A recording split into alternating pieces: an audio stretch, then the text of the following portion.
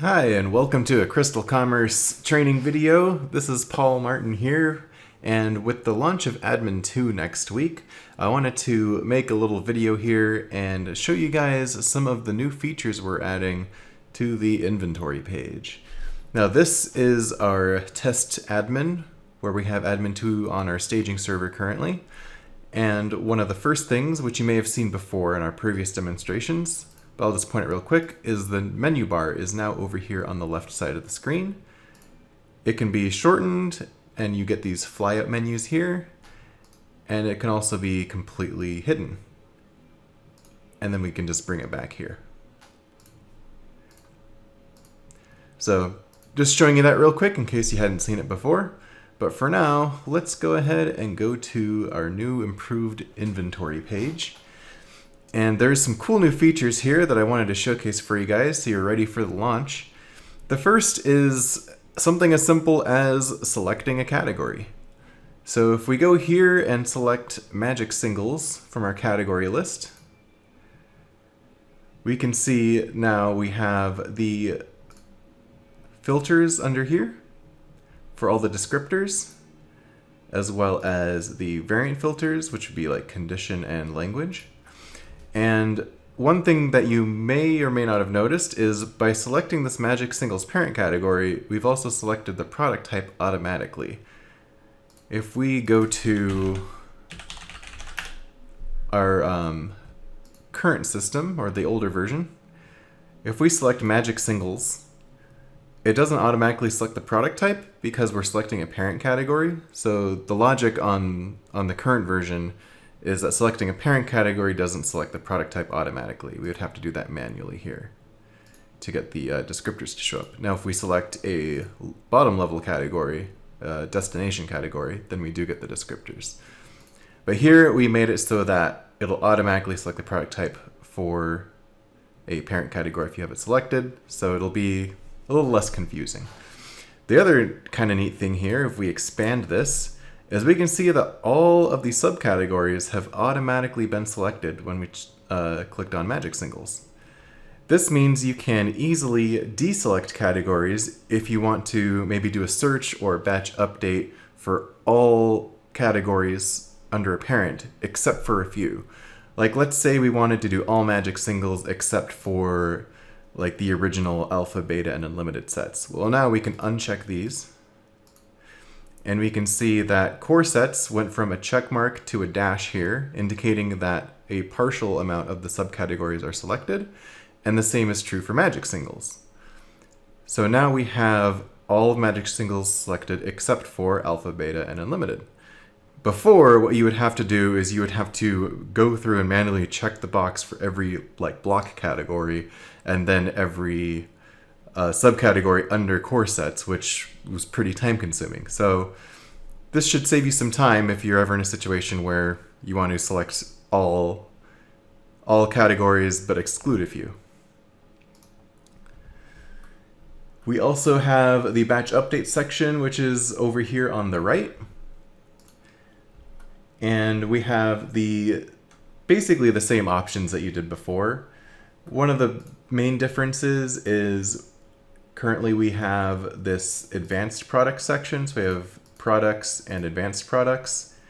And here we put kind of the most common, basic products updates here showing by default. But then you can just click show more and we load up all the advanced options too. So there's not a separate tab for those really. And then we have variant actions here, which would be like quantity opt quantity, just like it currently works. And one of the new things, scheduling. Now you can schedule batch updates to run in advance. So we have this box here, and we can put a number of hours that we want a batch update to be delayed. So if we want a batch update 4 hours from now, we just put 4 in that box. And we can either just perform the batch update, or you can now make batch updates recurring. So let's say we want to run this daily. We can have this batch update running at 5:20 p.m. every day. Or we can have it run weekly.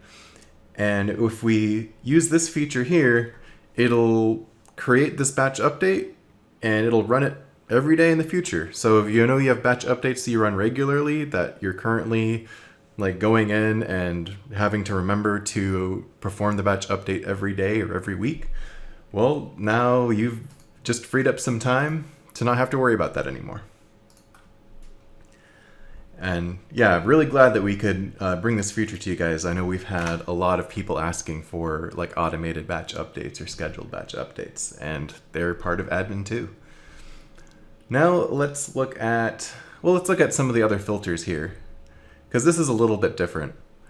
So we have kind of the main filters here showing by default. It's a little less cluttered than before.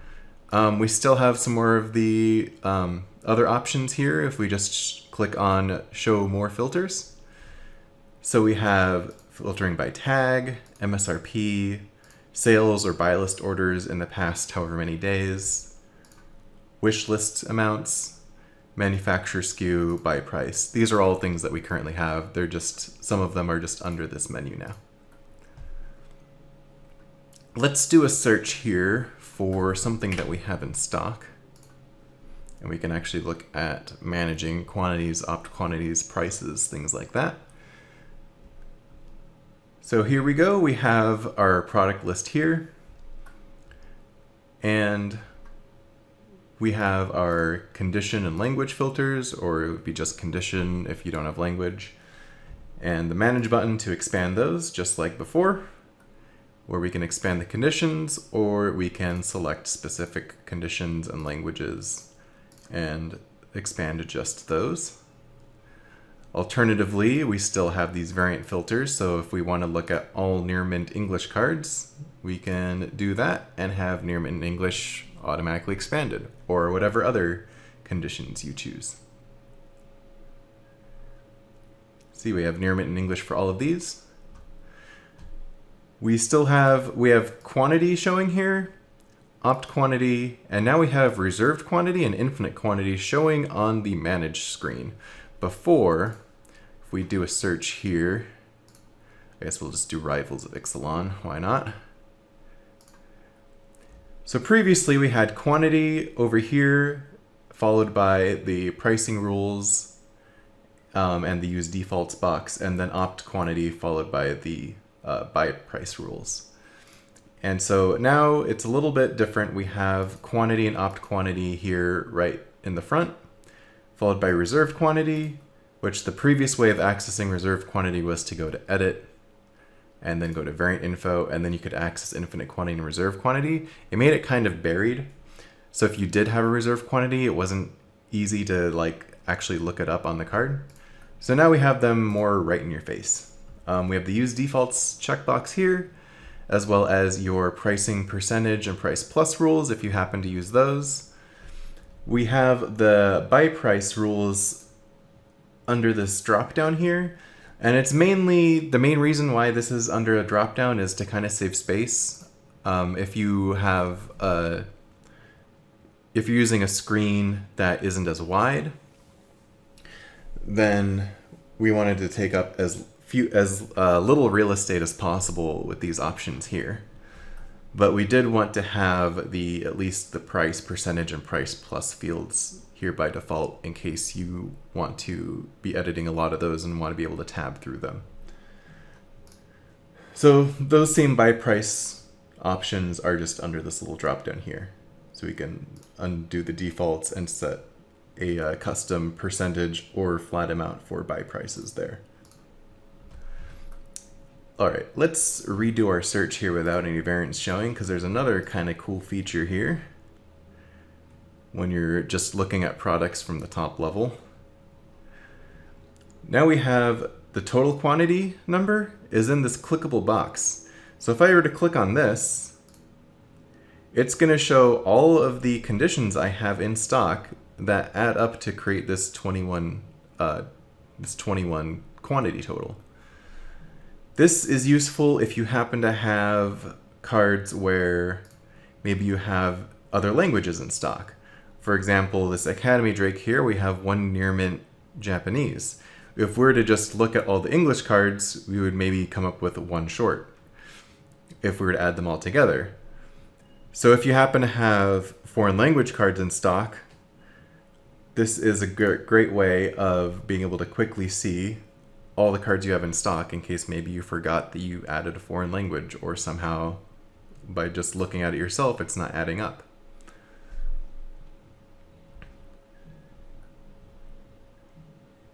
And another thing here is the market price.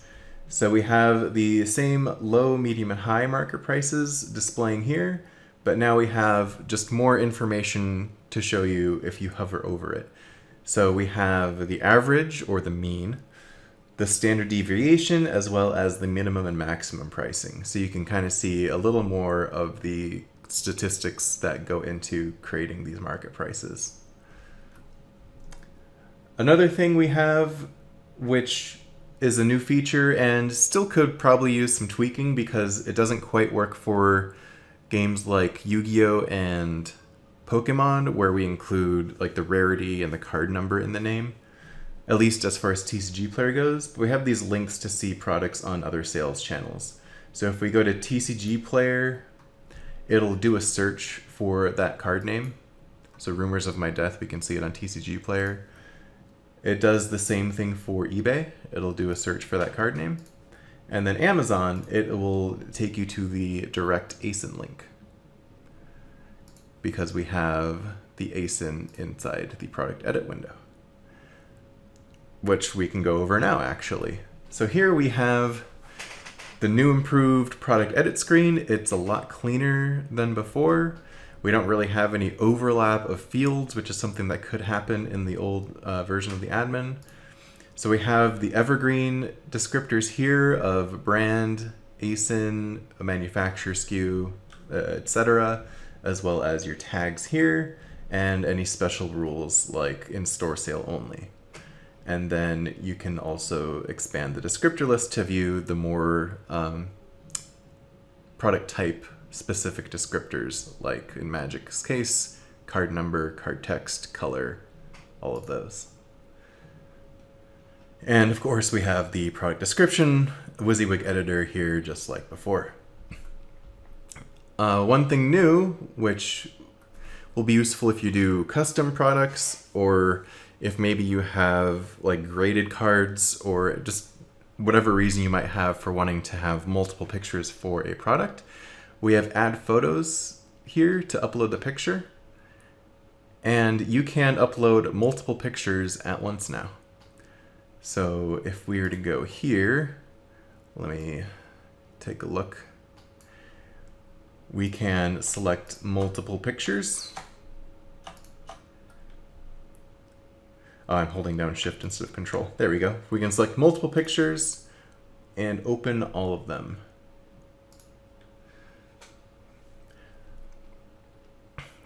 And of course, you wouldn't want to do this for a card like Rumors of My Death. But now we are going to have multiple pictures here. And there we go. They're all uploaded.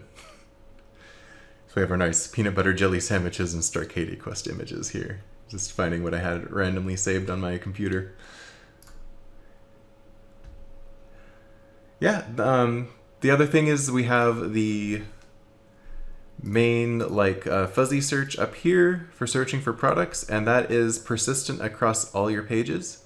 So if we were to go to the orders page, you can still search for a product. So we can search for like Birds of Paradise, and this, no matter what page of the admin you're on, this will take you to the products page performing whatever search you're doing. Other returning features, we still have the add to inventory mode, which if you toggle it on will make it so that you're adding whatever number you're entering into the quantity field to your existing amounts. You still have a way to select multiple products here, or select specific products and either do a mass delete or move them to a new category. And one cool thing here is this can now filter your categories. And you don't have to do something weird like type the 2 dashes before the category name. So if we were to want to move these, we can go to like Pokemon And we can move them to Pokemon promos if we wanted to.